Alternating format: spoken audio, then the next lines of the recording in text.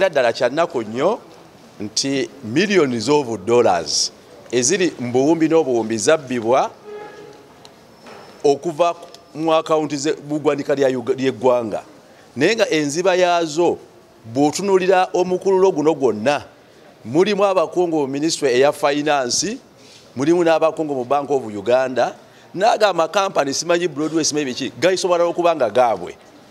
Era ffe tubadde tulowooza nti abantu basaana kuteekebwa ku mpingu, tubakunye nga bali ku mpingu kubanga bye boogera byonna byamatankane. Sente ezaabula Ministry ya Finance egamba yaweereza instruction ate yeegaana amakampani agoogerwako. Bank of Uganda etugamba bana bali mu IT nti bo instructions ze baafuna z'amakampani gali agakola ki agoogerwako agaasasulwa. Kakati wakati awo mu kunoonyereza kwe tukyalimu olaba nga buli omu ajuliza munne.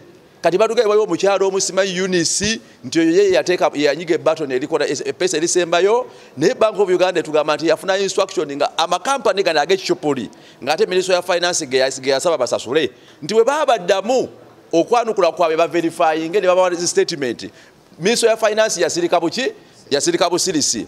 Kakati ebyo byonna bibuuzo bikulu nnyo bye twesanze. Kyakubiri tebannateekawo wadde kunoonyereza gwekka kitongole ki Ministry ya Finance ne Bank of Uganda bazibbako billions z'essente. Tubagamba nti mugoba w'emiyembe wali okusasula license ne bamukwata mu kibuga, naye abasajja babba billioni bakyali mu SC bajja bayinaayina tewali wadde gwe baakwata wadde gwe baali primandinze nti bamutadde ku suspension olw'okubulankanya kwa sente zino. Naye sente zaabula ebitongole bye bakozesa balinga bye babiragira simanyi onaanoonyereze onakola atya nga tuli myezi na myezi. So ng'akakiiko era nga ffe bammemba tetugenda kukkiriza kunyigira muntu yenna ku liiso, era webawo gwe batiisatiisizza tagenda kuba mu kuffe. Twagala ebintu bino biveeyo mu lujjudde. Zino sente si za Mwami Museveni oba wano simanyi ndo Deputy Governor oba Minister wa Finance. Kati kirabika zino sente Kasayija ne Ministry y'enamba ya Finance yonna be bamu ku babbi.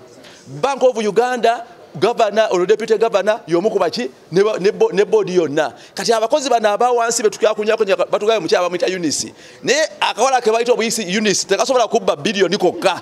Kitegeeza nti zino sente bonna baziri mbagezako kati kidda bbali kuba batugambye ne statement ona akulya IT takolanga na statement wadde ku poliisi yonna naye nga yakulya IT mu Bank of Uganda. Beebulankanya nti ebyuma byesasula byokka ani bwoyizo siruwaza mu ggwanga Uganda. So ababbi bali mu Bank of Uganda, ababbi bali mu Ministry ya Finance nezino bazebbira. So tugenda kunoonyereza paka ku muntu asembayo era fe tulimaninga tweraga buli kitongole kiveeyo n'amaanyi gonna tugenda ku exposing buno obubbi n'obulyake naye nga tukyanoonyereza kiteeberezebwa okuba nti bano abantu beenyigiramu guno gwali munyago gwabwe. Of course Ministry ya Finance ebadde yeekwasa nti company teri listed of course ya Chupuli naye ate Bank of Uganda bwe tugamba nti bo gye bagira okusasula omwami gwe batugamba esimanyi bamuyita Mubaraka nti Mubaraka ye yasindika nti basasule ezino company bali batugambye ebiwandiiko bye baleeta biri mu hard copy. Bali batugamba bo bafuna mu system approvals ziba online ziba automated mu system ya Bank of Uganda. So tulowooza nti bagezako kutwetolooza na kuwuddisa nga tubeetegereza tubakenga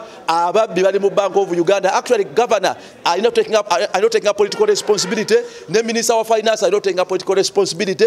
Fe tugenda kufaafagana nabo kubanga committee tulina okunya n'okwekenneenya otherwise buno obubbi obulyake bino byonna kuyita bbali naye abaatubba ye Deputy Governor ne board ne bonna abakozi zo sente bayika bazigabana. Era tasobola twali tudimandinga tumanye bali mu Uganda sente zino nga zijjibwayo. Twagala okumanya mu Ministry ya Finance simanyi Accountant General bye batuwadde byonna tebimatiza kuffe nga bammemba tulireko maybe answers nakola ki kuba buli omu atuleka wakati awo bagamba bo twakola kino ne bali twakola kino kyokka sente zaabula tebalina wadde gwe basuspendinze. Okulemu okususpendingayo omuntu yenna mu Bank of Uganda n'okulemu okususpendingayo omuntu yenna mu Ministry ya Finance kyeraga lwatu nti ababbi be bakulya Bank of Uganda be bakulya ne Ministry ya Finance tujja kubazuula.